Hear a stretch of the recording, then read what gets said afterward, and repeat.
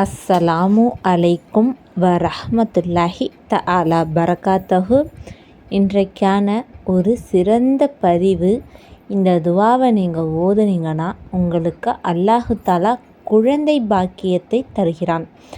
எத்தனையோ வருஷங்களாக தவமிருந்து அல்லாஹ் கிட்ட அழுது குழந்தைக்காக நீங்கள் துவா கேட்குறீங்கன்னா உங்களுக்கு தான் இந்த அழகிய பதிவு.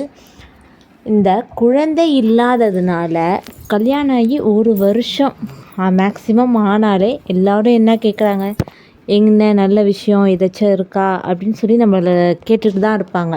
சில பேர் அவங்களுடைய சூழ்நிலை காரணமாக நம்ம கொஞ்ச நாள் கழித்து குழந்தைய பெற்றுக்கலான்னு தள்ளி வச்சு அந்த குழந்தை பாக்கியம் பிறகு கிடைக்காம கூட இருந்திருக்கலாம்.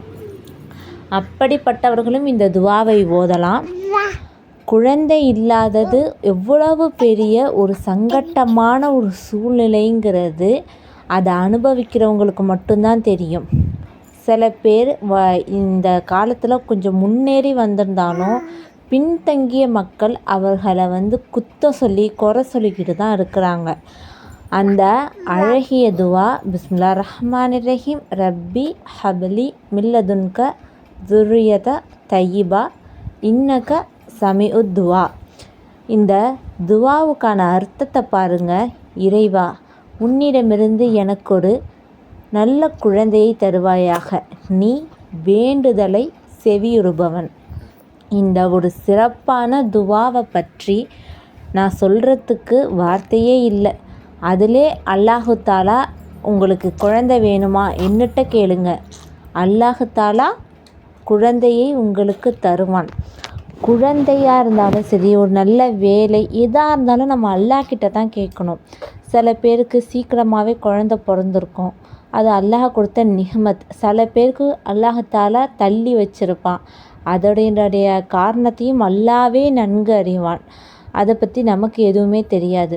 ஒருத்தவங்களுக்கு குழந்தை இல்லைன்னு சொல்லிட்டு அவங்கள என்றைக்குமே இழிவாக நினைக்கக்கூடாது, என்றைக்குமே அவங்கள காயப்படுத்துகிற மாதிரி பேசக்கூடாது. மோஸ்ட்லி யாராவது புதுசாக கல்யாணம் ஆகியிருந்தாலும் சரி, இல்லை கொஞ்சம் நாளாக இருந்தாலும் சரி, உங்களுக்கு எத்தனை குழந்தைன்னு கேட்காதீங்க, அவங்க மனசை புண்படுற மாதிரி நடந்துக்காதீங்க.